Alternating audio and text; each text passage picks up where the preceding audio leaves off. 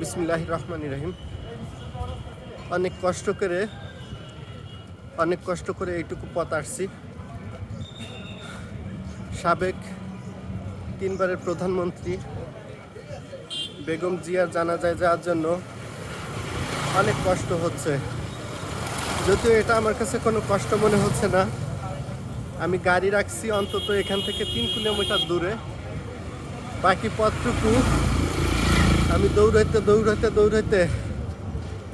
হাঁপাতে হেঁটে যাচ্ছে। এই দেখেন, আমি একা না, আমার সাথে হাজারো না লক্ষ জনতা যাচ্ছে বেগম জিয়ার জানাজায় শরীক হওয়ার জন্য।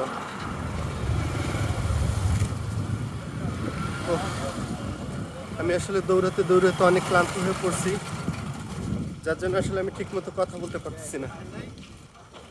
এখন আমি এমতো অবস্থা আছি বিজয় সরণি ফ্লাইওভার দিয়ে হেঁটে যাচ্ছি।